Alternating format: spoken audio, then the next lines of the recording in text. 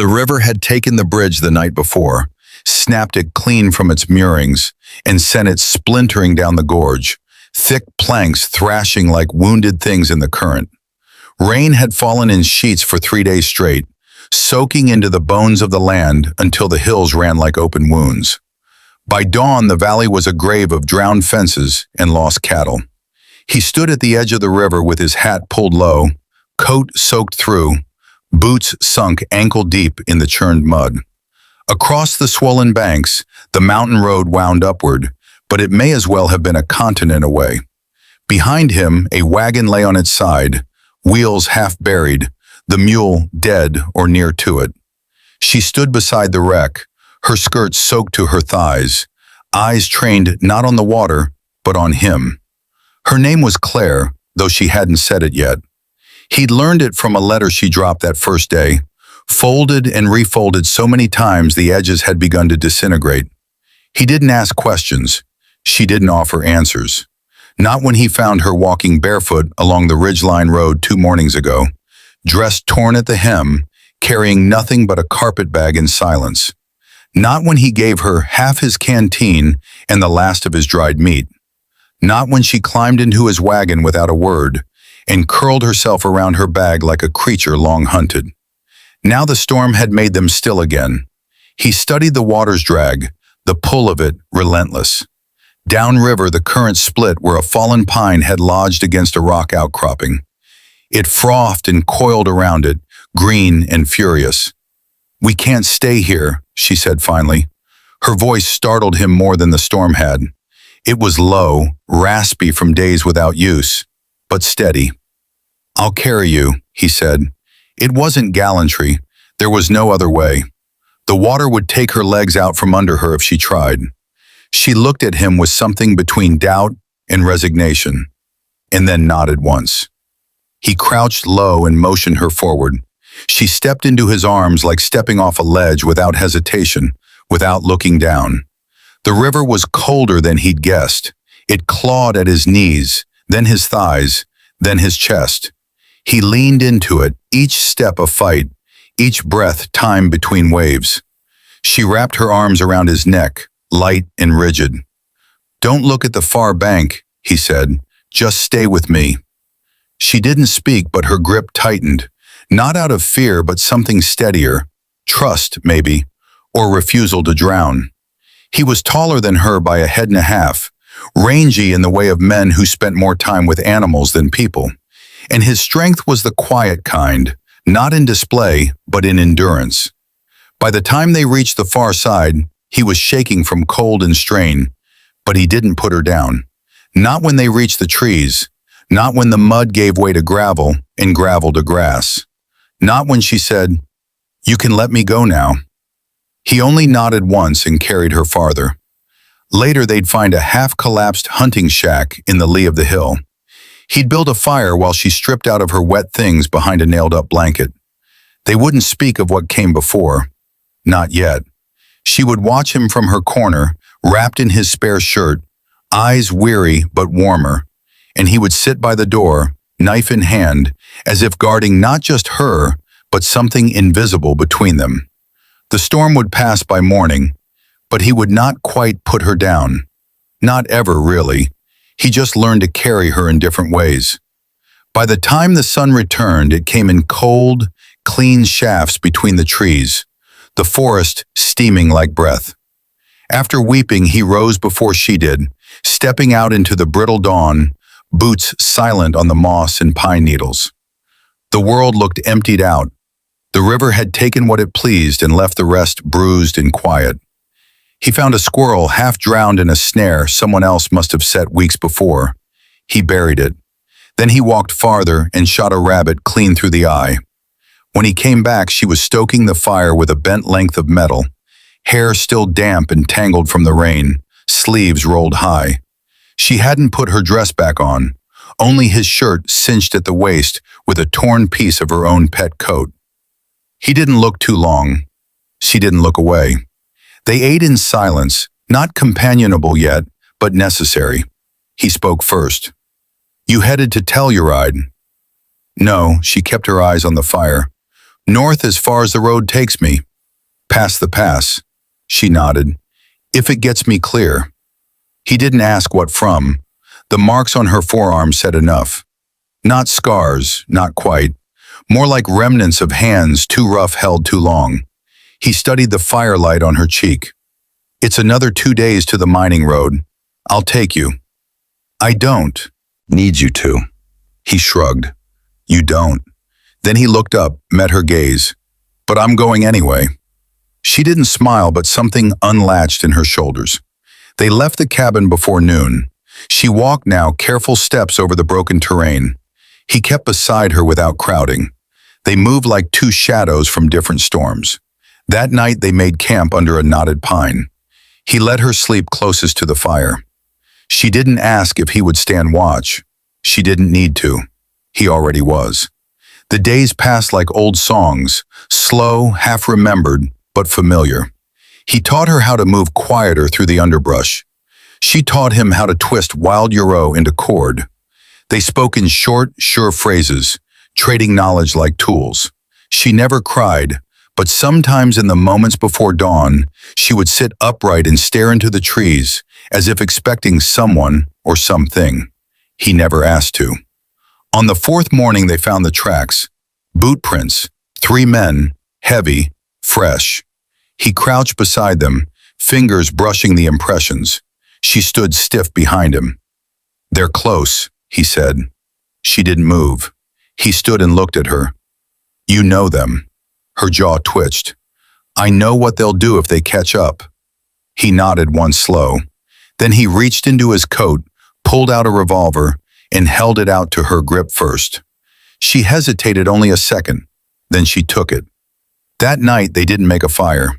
They camped in a shallow hollow under a fallen cedar, branches pulled down to shield them from view. He lay beside her, not touching, but near enough to feel her breath slow. She kept the revolver cradled to her chest. He watched the tree line until his eyes burned, until the silence of the woods began to pulse with the sound of his own heartbeat. And still he never quite put her down. Even now he carried her in the bend of his back, in the grip on his knife, in the way his ears tuned to every rustle that wasn't wind.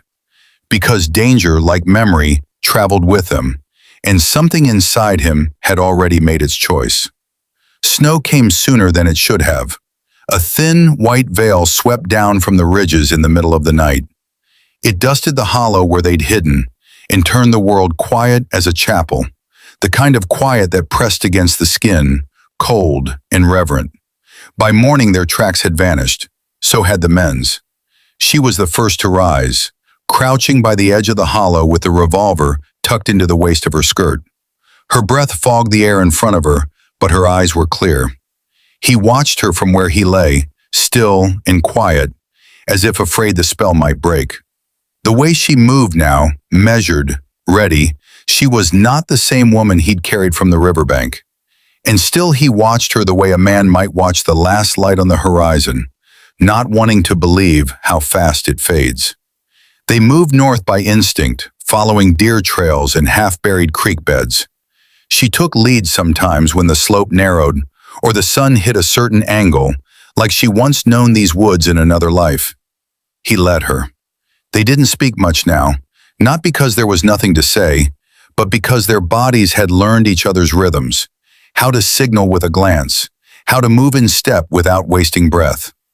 Once in a thicket of fir, they found the remains of an old fire. Charred wood, still warm, someone had left not long before. She crouched and touched the ash with 2 fingers, then looked to him.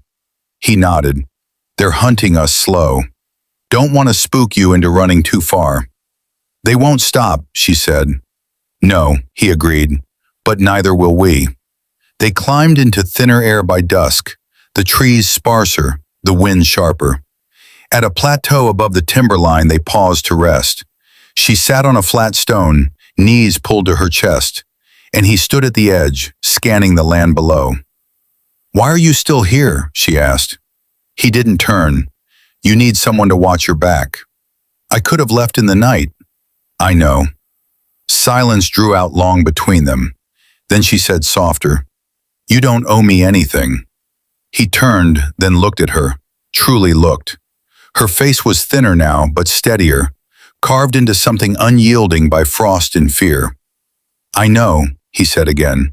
And it was the truth. He didn't owe her anything. But he still carried her in the way he slept light and faced the wind. In the way he walked slightly ahead now, shielding her from sight lines. In the way his body had begun to measure safety in her breaths, her steps, the tilt of her head as she listened for danger.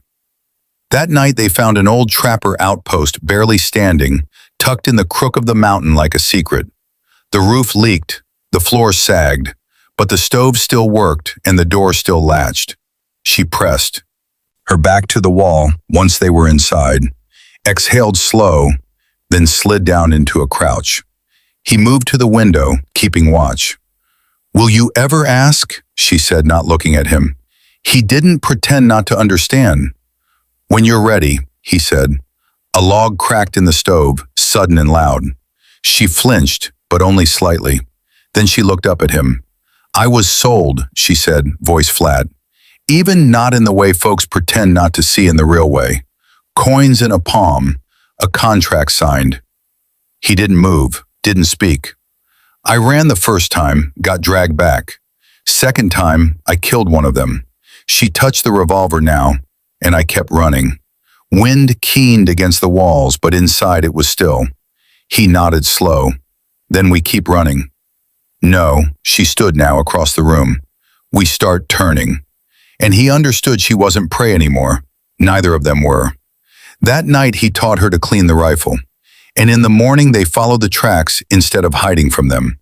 Still side by side, still quiet, still carrying something between them.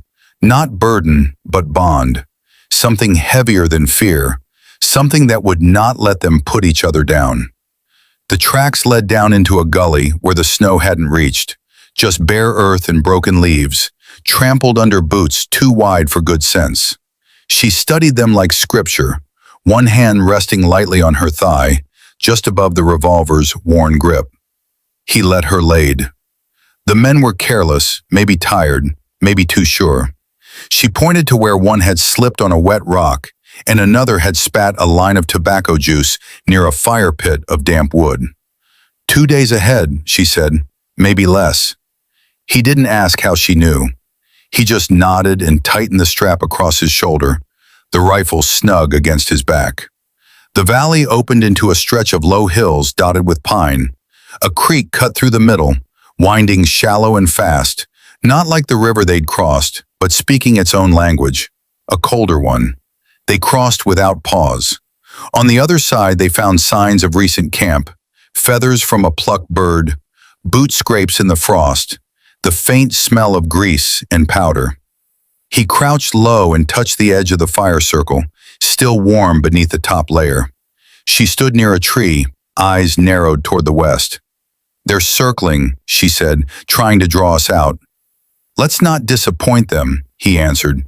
They laid their trap before nightfall, moved quiet through the timberline, left false tracks in both directions, and found a hollow beneath a cluster of wind-warped spruces. He dug in behind a log. She climbed into a tree with the rifle, and they waited. The sky darkened slow, clouds slipping across the moon like tired hands.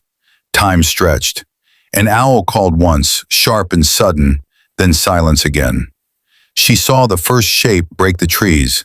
A man with a shotgun slung across his chest, moving like he knew how to kill, but hadn't in a while. She didn't fire. Not yet. Another followed, then the third. They moved together, too close for caution. She didn't breathe.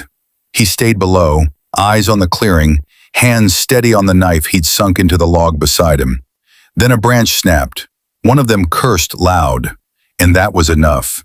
She squeezed the trigger once, clean, practiced, and the first man dropped like stone.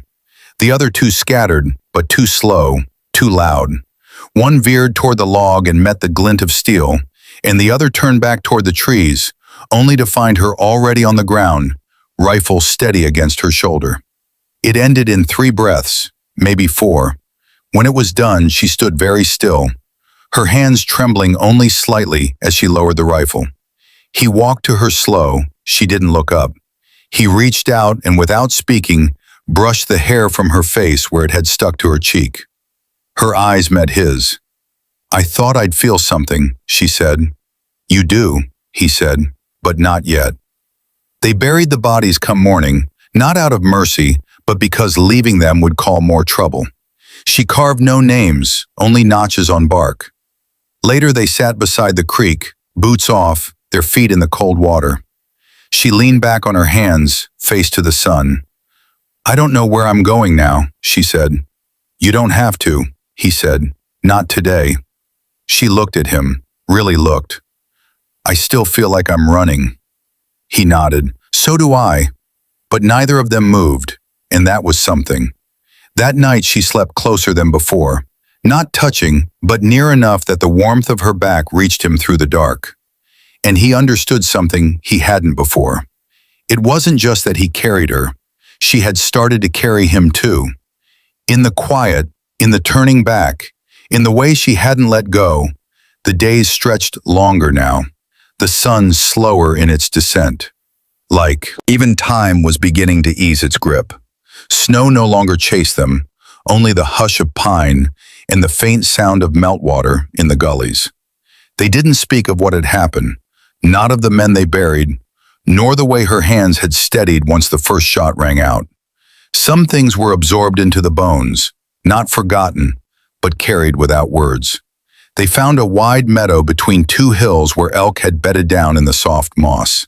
He showed her how to follow their trails, where to look for shed antlers, how to move when the wind shifted. She listened without asking why it mattered. Maybe she already knew. At night they built small fires, not for warmth, but for anchoring. She would gather kindling while he set snares, and when the flames finally licked skyward, they would sit opposite each other, knees drawn close, food cooking between them. One night he caught her humming, just a thread of sound, barely more than a breath, but it startled him like a bird alighting after too long silent. She stopped when she saw him listening, but he didn't say a word. Instead, he handed her the last piece of dried apple from his pack. She took it with a look that held no defenses. He'd never been a man of many places, born in a sod house that collapsed the year after he was born, drifted west with nothing but a half-broken rifle, and an older brother who vanished somewhere near Helena. He never built anything that lasted. But this, her presence, her trust, it felt like timber taking root. One morning she returned from fetching water with a smile tugging the corners of her mouth. "There's a cabin," she said, half-mile down the ridge, smoke coming from the chimney. They approached careful, rifles loose in hand. An old couple lived there, worn soft by time. Names were Ruth and Cal. She had a limp from a fall long ago, and he had a voice like gravel and maple syrup. They didn't ask questions, just offered coffee, and the kind of silence that welcomed without crowding. "You two running or settling?" Ruth asked, not unkind. Claire looked at him, then she said, "Somewhere between." They stayed 3 nights, slept in the loft under quilts that smelled of cedar and age. She helped Ruth in the garden, coaxing the first green shoots from the thawing soil. He helped Calman a fence the elk had ruined in early winter. It was a glimpse of stillness, not peace, not yet, but the shape of it. On the last night, Ruth pressed a parcel of dried food into Claire's hands. "You take care of each other," she said. "We are," Claire answered. Back on the trail, neither of them spoke for a while. Then he said, "We could find a place like that." She didn't answer right away, but she didn't dismiss it either. That night she reached for his hand as they lay under the stars. Not in desperation, not even in need, just presence. He didn't move, didn't breathe for a moment, then he laced his fingers through hers. She slept with her head near his shoulder, and in the dark he whispered, "You're not something I'm holding on to. You're someone I'm standing with." She didn't stir, but he felt the weight shift in her. A different kind of carrying shared, chosen. They came to a ridge where the land opened wide, and gold grass stretching down into a basin where the hills cuped the valley like hands. A stream wound silver through it, and on the far side, a stand of cottonwoods glowed pale against the dark spine of mountains beyond. He stopped beside her, breath low, eyes searching the basin as if he could read the future in its hush. She stood still, the wind tugging at the hem of her coat, her fingers curled around the straps of the pack on her back. "This it?" he asked. She didn't answer right away. Her eyes scanned the land, not for threats, but for something quieter. Safety, maybe. Stillness. A place to set something down without it vanishing. "I think so," she said. They didn't move for a while, just stood shoulder to shoulder, watching the light stretch longer across the valley floor.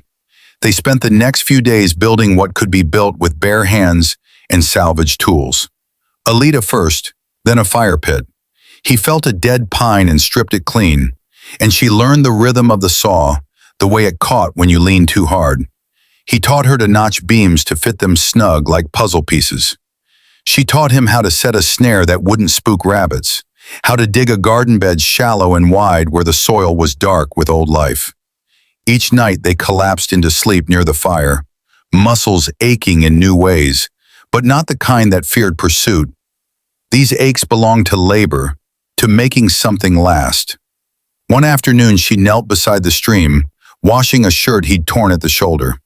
He came up behind her, He set down the fish he'd caught and knelt beside her. "The house will have a roof before the first frost," he said quietly. "Think it'll stand?" she asked, still focused on her hands. "I think we will." That made her look up. The shadows were still in her eyes, but they no longer chased her. They rested there now, living gently beside the light.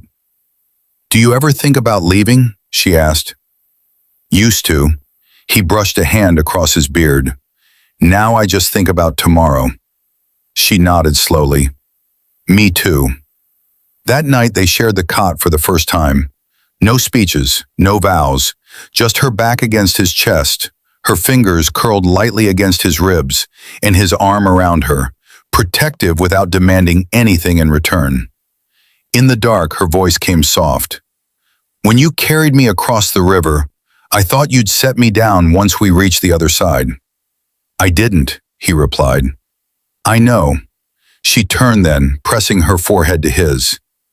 "I don't want you to." He didn't make promises. He didn't have to. What they had wasn't built on words. It was forged in quiet fires, in bandaged wounds, in walls raised by steady hands. It lived in the way they walked side by side through silence, in the way he kept watch long after sleep claimed her. Autumn arrived slowly that year. The cottonwoods burned gold, and the air felt thin, like a breath waiting to be released. He built a second chair beside the door. She planted beans near the fence. One evening they sat together watching the horizon fade. A hawk circled high above, riding the warm currents of air. "We're not running anymore," she said. "No," he answered. "We're not." They were home, not in the cabin, not even in the land they'd claimed, but in each other, in the choice they made day after day to stay, to carry, and to never quite let the other fall.